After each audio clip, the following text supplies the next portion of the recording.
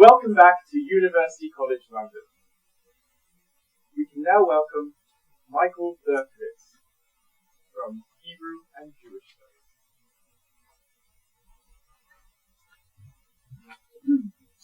Thank you very much.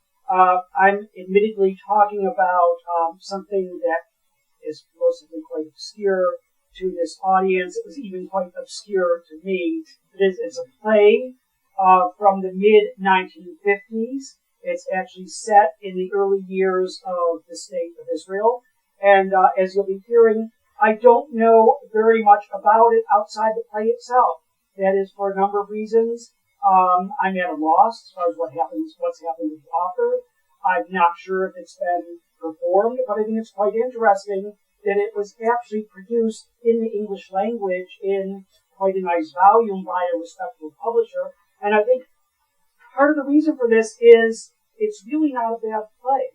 It's a pretty good play, but I think part of the reason why it's been ignored is because it touched a lot of raw nerves. It still touches raw nerves, and also it's in some ways an exercise in wishful thinking, and things didn't quite turn out the way that the play predicted that it would turn out.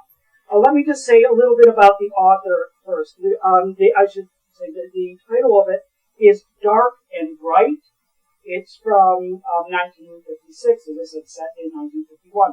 Its author is Leon Bernstein, and this might sound like something of a Jewish joke, but one of the reasons why I'm having such a hard time finding out anything about this author is there are so many people named Leon Bernstein. I mean, I'm sorry, this is almost impossible. I mean, you can almost go to a building in New York and find, 19 Leon Bernstein. So, again, it makes it amazingly difficult.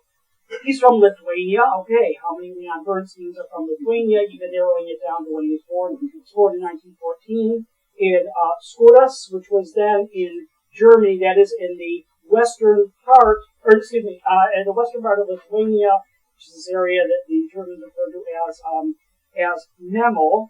And he apparently received a Germanized education. That is, he most likely spoke Yiddish, but also German. There was a very good chance he was educated in German schools. If he was well off, there was a good chance that his mother actually went into Germany in order for, sort of further in order for him to be born. That was something a rather fashionable thing to do.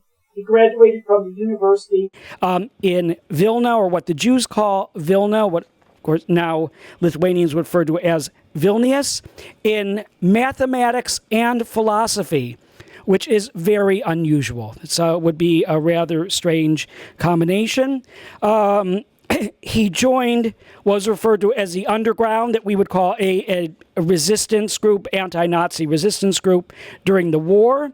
I think it's most likely that he was part of a Jewish resistance group, although I'm not exactly sure. He eventually made his way to Italy. I'm not sure when he came to Italy. He was there from 1945 to 1949, where he was active in literary life. He came to Israel, and the proper term would be Israel because it's after 1948, after it's declared statehood, and he started teaching at the High School of Law and Economy. So I think maybe part of the reason is he never became an academic per se or a major literary figure, and I think this sometimes happens to people who teach more on a high school level. He continued to write mostly in German, and in addition to this play, he published at least 2 books of poetry, one of which was highly praised by none other than Thomas Mann. Well, I want to say something before I get to the actual discussion of the play itself.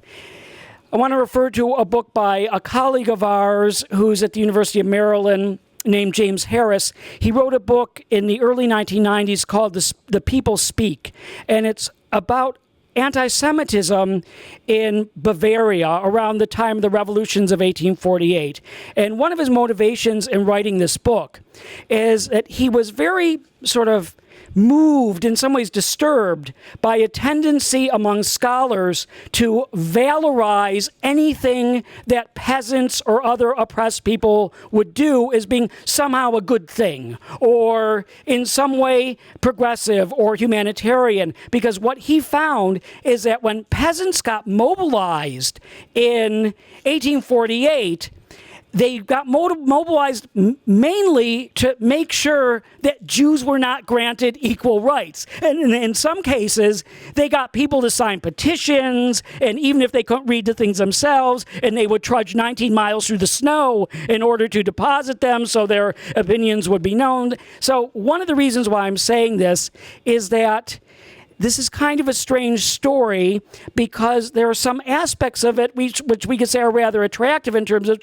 racial barriers being overcome and people getting together. But in the end, there's sort of a creepy end of the story that people might end up getting together in the end, but sort of what they're up to once they get together might not be all that attractive. And maybe this will be a little bit more clear once I discuss the play. Okay, Dark and Bright represents an attempt to confront racial prejudice in the early years of Israel's statehood. It has almost nothing to say about Arabs. It's about racial prejudice within the Jewish world. The conflict surrounding the issue of race, as portrayed in the play, is between Israelis, again, this is after 1948, Israelis who have emigrated from Central and Eastern Europe, of course, many of whom had come to Palestine before the establishment of statehood, that is, versus their late arriving black Jews, or so-called black Jews, in this case from Yemen. Well, on the one hand, it is impressive, that is, the play is impressive and courageous in articulating the racism held by Jews, especially those from Germany, who should have known better by the 1950s.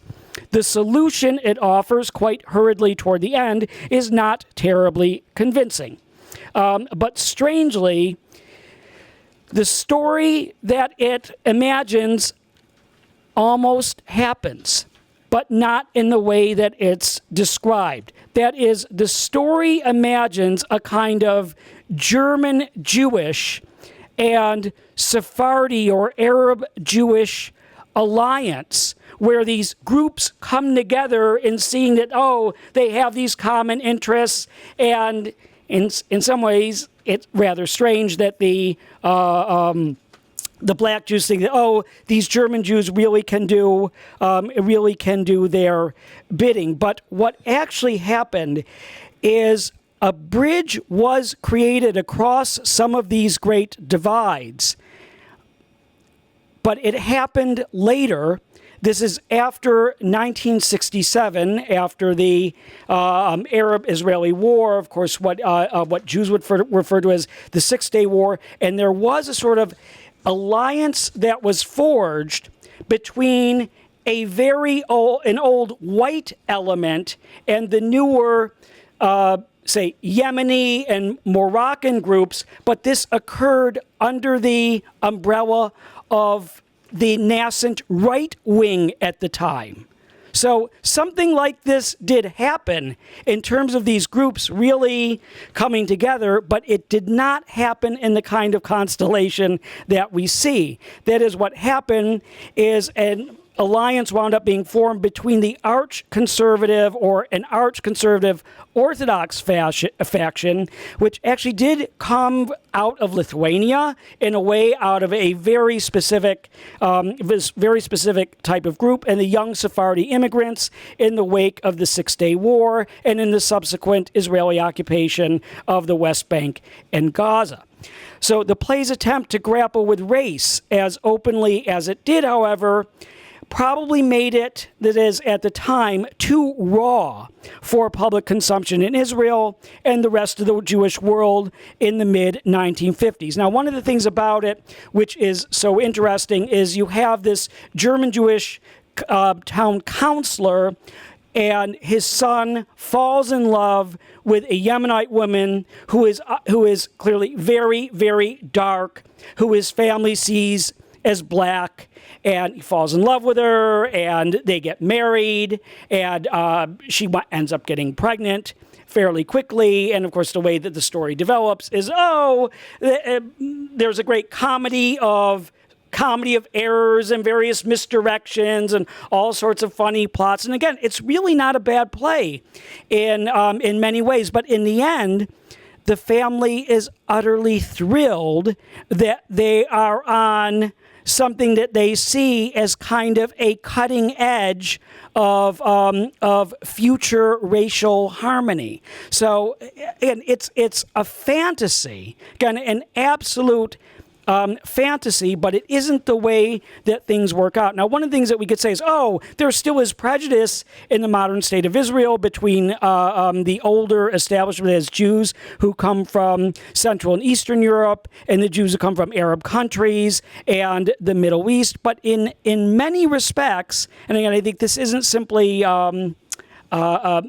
this isn't simply sort of a positive stereotype, but much of this has indeed been overcome. That is, in terms of levels of intermarriage and integration. Again, much of this has been sort of solved in a way, but you have some other wrinkles here as well. That is, we have a couple of other black populations. There was a group that came actually in the 1960s and 1970s that identified itself as Black Hebrews. But one of the reasons why this is so difficult, there's sort of a religious problem along with this, with mainstream Jews not seeing them as Jewish. And then, of course, the phenomena that most people are familiar with is the Jews who came from Ethiopia. And also, in this regard, there also is something of a religious problem. Now, there's also a very big problem with what Jews see as continuity in Jewishness with the waves of Jews who came from the former Soviet Union. So we have a different kind of problem at that level. But I think I want to end my comments here by saying that it's a very, very complex problem which has all kinds of contradictions, but within it, I think we can see that there are some things that within modern Israeli society, they have resolved fairly well. But the great downside of this is that in this sort of new unification of Israelis from different backgrounds, there's a much sharper definition of themselves as over and against the Arab world and everyone else in the world. So although we could say it sort of succeeded in a way of becoming a kind of melting pot, it also has this other perspective of sort of seeing itself as posed in another direction. Okay, thank you very much.